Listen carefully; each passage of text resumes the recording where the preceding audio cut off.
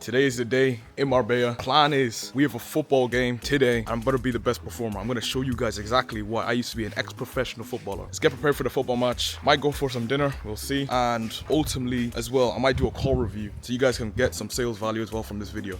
But yeah, this video is gonna be packed. Make sure to enjoy the video, like, subscribe. Let's go crush the fucking day. Let's do this.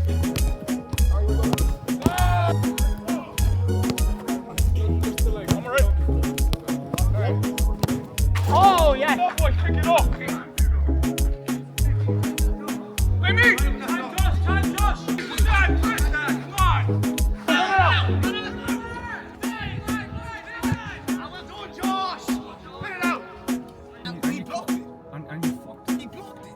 on.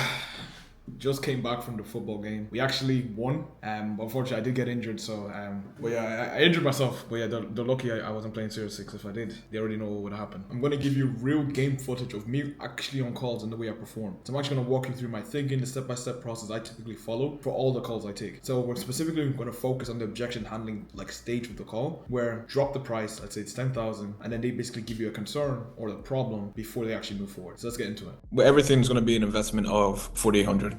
Okay. Yeah, I just need to just think about it, to be honest. Not really sure.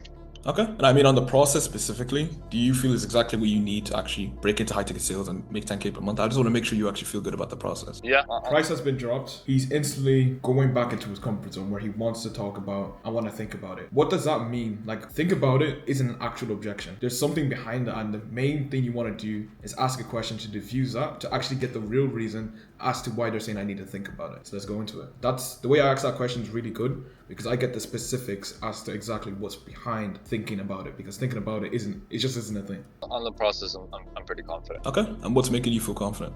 Just like the coaching, the support, just having Josh and Warren and David around, and just the AST mentors is just really going to be pretty helpful for me to kind of make that step. For sure. And that's the most important thing, right? Is that making sure that you actually believe this is what you need to do to make this transition for yourself. Because us being able to create something to help you, that's the easy part. I just want to make sure that anything aside, I guess thinking about aside, is there anything else keeping you from being less than 100% certain that this is what you want to do and now is the right time for us to make this transition? I think there wouldn't be anything else kind of just holding me back, except just need to kind of go over some things in my head. Okay. And I guess when you say that, how do you mean specifically?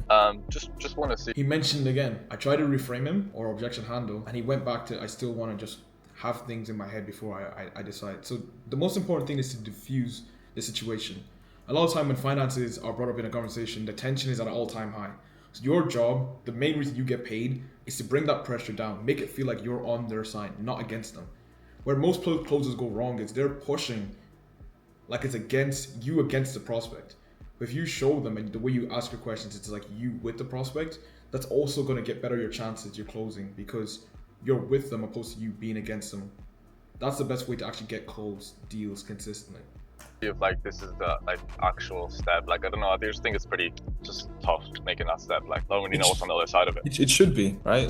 You're trying something, like you told me earlier, you've been working, being a police officer for the past 20 years, and we're finally breaking out today to try something else. So it should feel a bit uncomfortable. But like we touched on earlier, growth happens when we're uncomfortable, not when we're comfortable. You see what I'm saying? So if you're looking for the right time, I validated that it should feel uncomfortable. Because then they realize, oh, I should feel like this. I shouldn't be ready to jump. That's no such thing.